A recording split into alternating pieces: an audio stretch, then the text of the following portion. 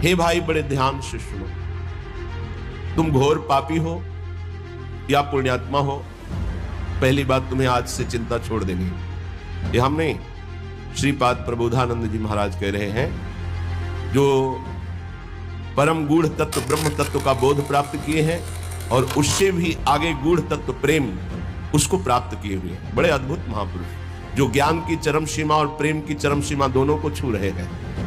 वो कह रहे हैं पुण्यात्मा या पापात्मा दो ही होते हैं, तुम कोई भी हो, चिंता छोड़ो। पापात्मा पुण्यवान वा, ध्यान दोगे तो निश्चिंत निर्भय निश्शोक हो जाओगे। ये साधना और श्रवण दोनों में अंतर है।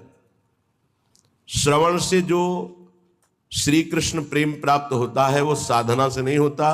साधना मथुरा के ब्राह्मण कर रहे हैं और श्रवण मथुरा के ब्राह्मणों की पत्नियां कर रही है। भगवत साक्षात्कार उनकी पत्नियों को होता है, अपराध बनता है उनसे, अवहेलना कर देते हैं श्री भगवान के सखाओं की, भगवान की आज्ञा की। बहुत ध्यान से समझना है, ये जो श्लोक है निहाल कर देने वाला है। आप इन्हीं में से कोई होंगे। पापात्मा पुण्यवान वा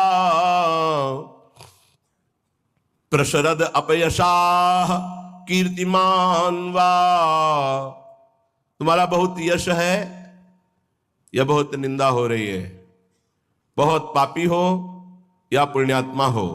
महादुष्प्राप ग्रासोत्स सम्राट समजड़मति सर्व विद्या निधिर्वा, तुम बहुत दरिद्र हो या बड़े वैभवशाली सम्राट हो।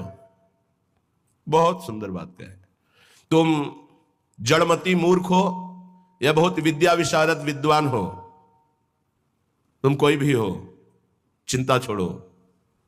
यह को पिस्या सखे, हे मित्र तुम कोई भी हो, नो गणे कथम पीक्षस्व वृंदावनम तच्छिंद छिंद स्वपाशान गुरु निगम गिरास्वी मोहैक सिद्धांत। आहा, तुम पापी हो पुण्यात्मा हो, तुम दरिद्र हो या बड़े सम्राट हो, कीर्तिमान हो या तुम्हारी निंदा हो रही है, तुम जड़मती हो या बहुत विद्वान शास्त्र विशारद हो, अब चिंता मत करो। तुम्हें यदि वृंदावन धाम आने को मिल गया है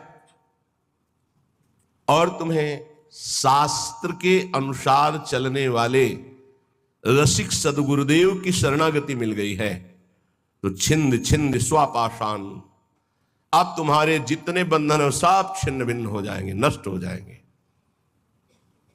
यहां साधन शब्द का प्रयोग नहीं किया। क्यों? क्योंकि साधन असाधनों को मिटाने के लिए जन्म जन्म रगड़ करनी पड़ती है। भगवान आद्य गुरु शंकराचार्य जी ने कहा है कि 1000 जन्म साधना के बाद मुमुक्षुता प्रकट होती है। शास्त्र जन्म जब साधना हो तब मैं मुक्त होना चाहता हूं ऐसी इच्छा प्रकट होती है। और भगवत प्रेमी महात्मा का एक क्षण का संग तात स्वर्ग अपवर्ग सुख धरी तुलाए कंग तूलनताय सकल मिल जो सुख लव सत्संग। अगर रसिक संत का संग मिल जाए तो मुमुक्षुता नहीं, मोक्ष सुख भी एक पलड़े में रखा जाए, एक पलड़े में सत्संग का सुख, तो बोले मोक्ष हल्का हो जाता है। क्योंकि सत्संग से सीधे प्रेम की प्राप्ति होती है, आत्मरति प्रभु रति। रसिक महापुरुष का हृदय हर समय आनंद की उफान में रहता है। जब आनंद की कमी होती तो दूसरों से सुख लेने की वासना जागृत होती है। जब आनंद की उफान होती तो दूसरों को सुख देने की भावना जागृत होती, जिसे तत्सुख भाव कहते हैं। ये रसिकों में सिद्ध है। ये तत्सुख भाव सुख देवे को चाव चित सबसो हित निष्काम या सुधर्म हरिवंश को नाम गिरा विश्राम। जो निरंतर नाम और वाणी में रत हैं, ऐसे रसिकों के हृदय में करुणा आनंद की उफान आती रहती है। तो कोई चाहे जितना पतित हो या पुण्यात्मा हो, दरिद्र हो या महाराजा हो, विद्वान हो या मूर्ख हो, सबको परम प्रेम प्रदान करने की सामर्थ्य रसिक सदगुरुदेव के चरणों में है। तो जो अपने मोह का छेदन कराना चाहता है वो गुरुदेव के चरणों का आश्रय लेकर उनकी आज्ञा के अनुसार चले। गुरुदेव कैसे? बोले गुरु निगम गिलास, जो शास्त्र मर्यादा से सिद्ध हुए हैं। मनमानी आचरण करने वाला, शास्त्र विरुद्ध आचरण करने वाला साधक नहीं होता, फिर सिद्ध कैसे हो सकता है? सिद्धों में कुछ दिव्यताएं होती हैं जो समझ के परे होती हैं।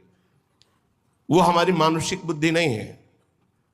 वो दैवी संपदा का सिद्ध महापुरुष, उसकी कुछ ऐसी चेष्टाएं हो सकती हैं जो बालवत या पागलवत दिखाई दे सकती है, लेकिन बहुत ऊंचे में है, जहां कोई कर्म छू नहीं सकता, जहां कोई विषय स्पर्श नहीं कर सकता, जहां किसी भी तरह के बंधन का कोई भी हेतु नहीं रह गया है, वो ऐसी स्थिति होती है।